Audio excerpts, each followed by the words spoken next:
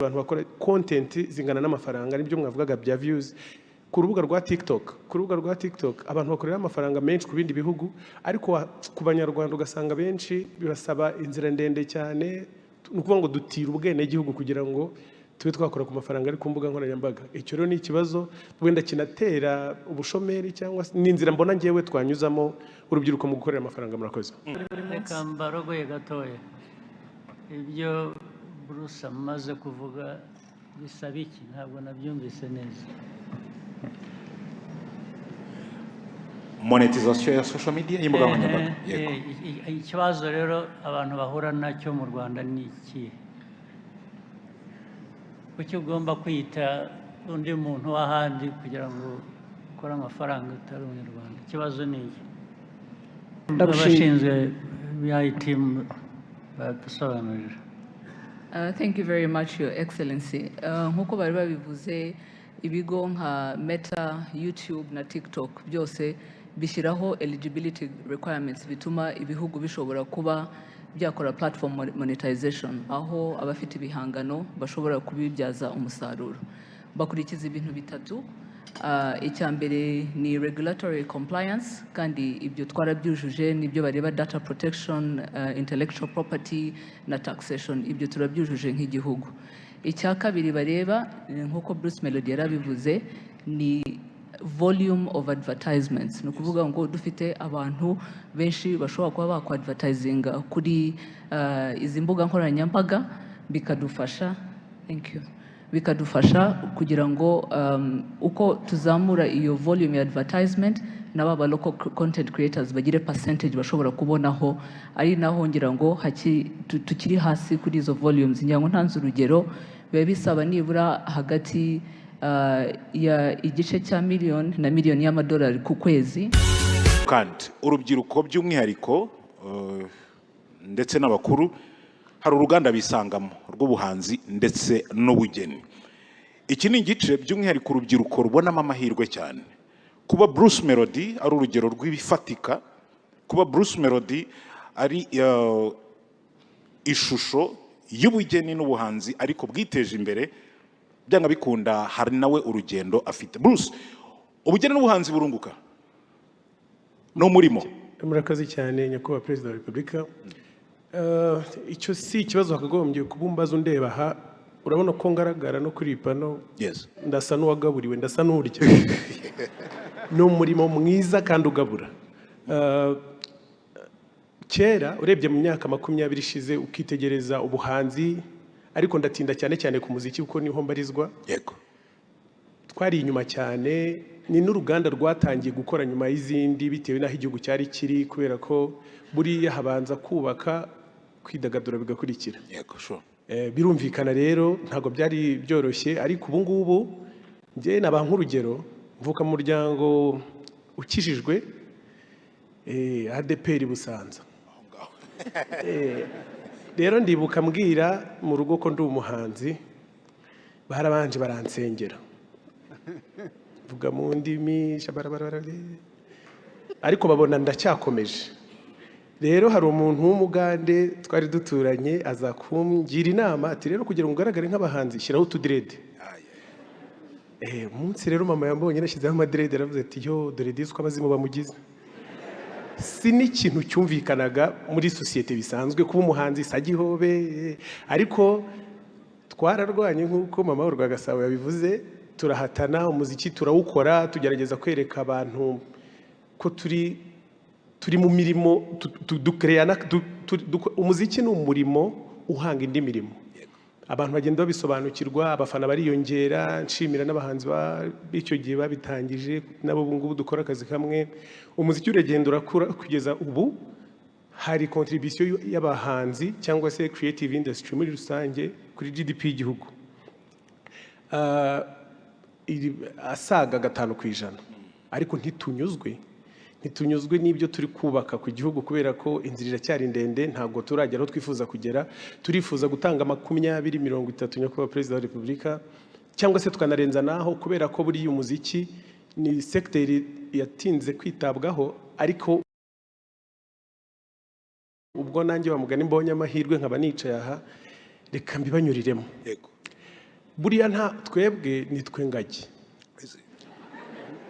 mbivuze kubera iki buriya umuziki winjiza mu madevize umuziki wambuka umupaka buriya twe nta visa buriya tuba dukeneye iyo twasohoye indirimbo upfa kuba ufite internet urambona upfa kuba uri ku mbuga nkoranyambaga kandi aho hose n'ibitaramo dutumirwamo hanze y'igihugu twishyurwa mu madevize ni ukuvuga ngo ni sekiteri ntekereza ko yitaweho ikanongerwa mu bukerarugendo ubuhanzi bwongewe mu bukerarugendo nabwo bukitabwaho cyane bwakurura abantu benshi icyo ngicyo turagisaba kandi tubasezeranyije ko tuzabikora neza abitabiriye bakajya banyurwa ikindi navuga wenda ni kuri contribution y'umuhanzi nkanjye munyihanganira ndatanga urugero kuri njyewe cyane cyane ko mbikora kinyamwuga buriya mu ndirimbo zanjye akenshi nkunda kugaragazamo amashusho y'igihugu cyacu cyangwa se n'umujyi wa Kigali ndaza kubaha urugero muragenda mubyibuka nk'indirimbo yanjye yitwa Katapira twayikoreye mu mujyi wa Kigali aha hose ariko ni mu bihe bitambutse hari yitwa Food Tour twakoreye Karongi abantu bose bahoraga babaza ngo hariya ni mu Rwanda hariya ni mu Rwanda ubuhanzi ni ubundi buryo bwo kugaragaza no ku branding igihugu cyacu ku buryo n'abanyamahanga bakibona kandi ntaragera ko bihenze reka mbanze mbereke nk'indirimbo mperuka gukorana n'umuhanzi witwa Diamond wo muri Tanzania image itangira iyo ndirimbo ni rompwe iri kuri Sonatube ni ukuvuga ngo dutewe ishema naho tuba ariko ntabwo dushaka ko bikorwa na politike cyangwa se n'abapolitisiye gusa natwe turashaka kugaragaza igihugu cyacu uwo muziki rero wambazaga ko ari akazi ni akazi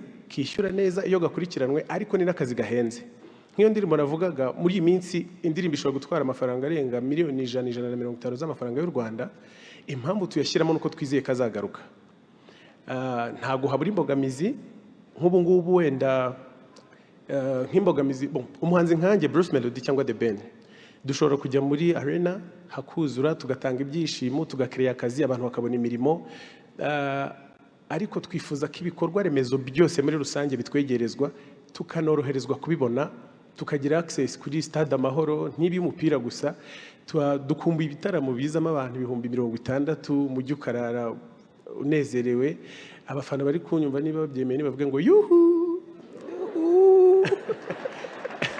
aho rero aho ngaho ni mu bijyanye no gutanga ibyishimo nabo turibo iyo bigeze imbere wenda y'umunyamahanga ureba igihugu ikindi hari gahunda ndimo n'abandi bagenzi banjye turi kumwe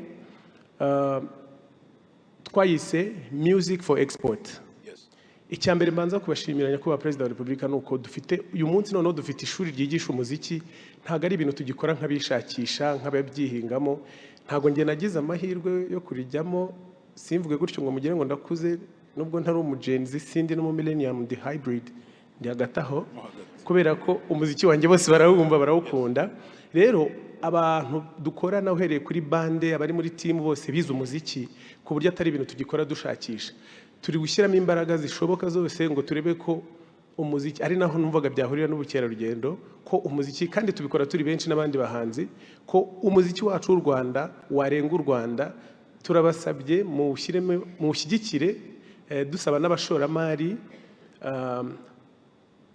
gutangira gushora imari mu muziki nyarwanda turabashimira bahari kandi no kuri bakoresha ingufu nyinshi ariko dukeneye benshi kugira ngo birusheho kugenda neza icyo nashaka gusorezaho nyakubahwa Perezida wa Repubulika ni ukubashimira mwarakoze kumenyekana njyewe njya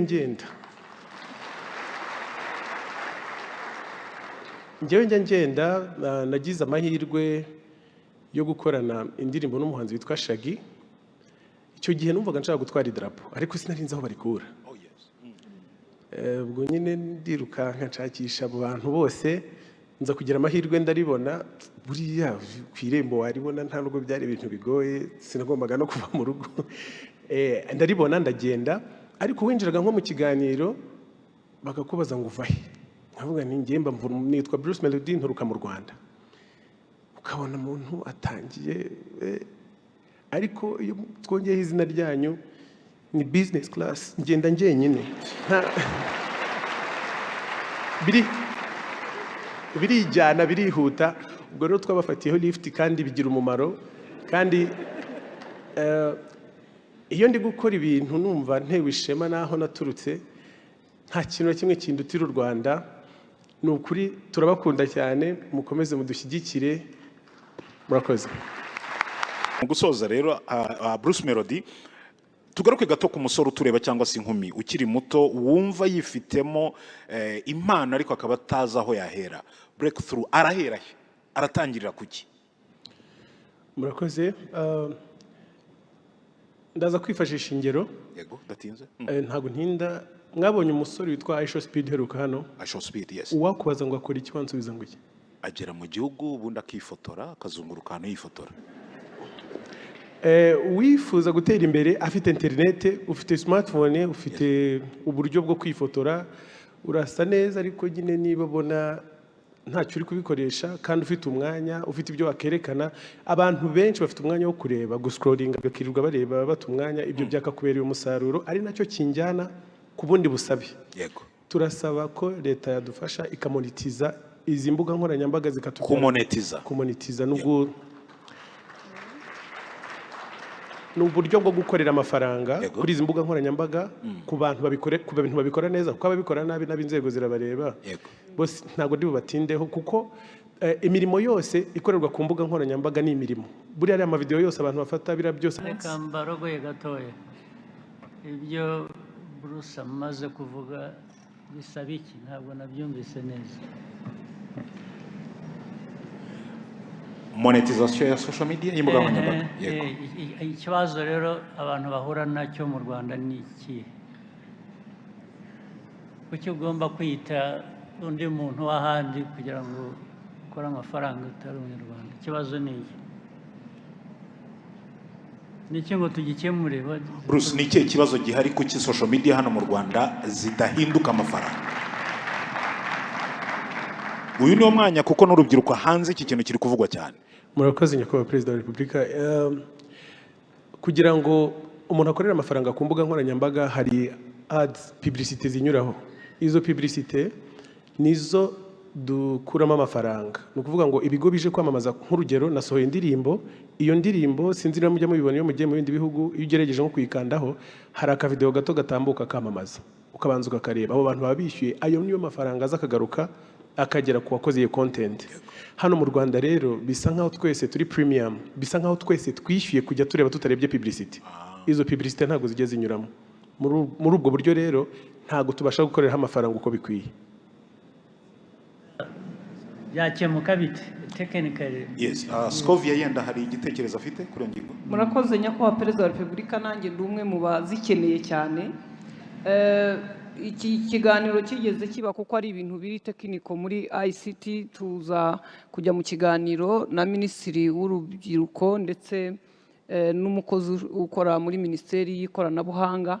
Hari ibyo batubwiraga biri tekiniko, niba Minisitiri yadufasha wenda gusobanura biri tekiniko muri ICT ngira ngo nibyo cyadufasha, ariko kugira ngo zijyemo hari twanasabaga bakatubwira ngo Google ivuga ko itaziduha cyangwa n'abandi, kubera ko mu Rwanda wenda abantu babikoresha ari bake cyangwa ari bake ari benshi cyangwa badakunda kwamamaza, ariko tukavuga ngo leta y'u Rwanda ibidusabiye muri Google bakagira uko bavugana, kuko ubu mu Rwanda dukoresha Google Map.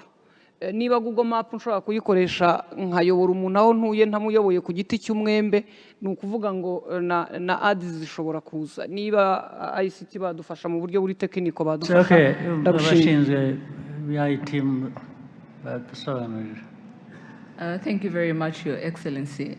Nkuko bari babivuze, ibigo nka Meta, YouTube na TikTok byose bishyiraho eligibility requirements bituma ibihugu bishobora kuba byakora platform monetization, aho abafite ibihangano bashobora kubibyaza umusaruro.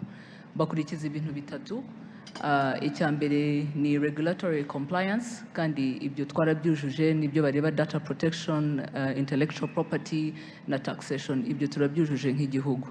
Icya kabiri bareba nkuko Bruce Melody yarabivuze ni volume of advertisements. Ni ukuvuga ngo dufite abantu benshi bashobora kuba bakwadvertisinga kuri izi mbuga nkoranyambaga, bikadufasha bikadufasha kugira ngo uko tuzamura iyo volume ya advertisement n'aba local content creators bagire percentage bashobora kubonaho, ari naho ngira ngo tukiri hasi kuri izo volumes. Ngira ngo ntanze urugero biba bisaba nibura hagati ya igice cya miliyoni na miliyoni y'amadolari ku kwezi in terms of volumes of advertisement kugira ngo igihugu gishobore kuba cyaba eligible.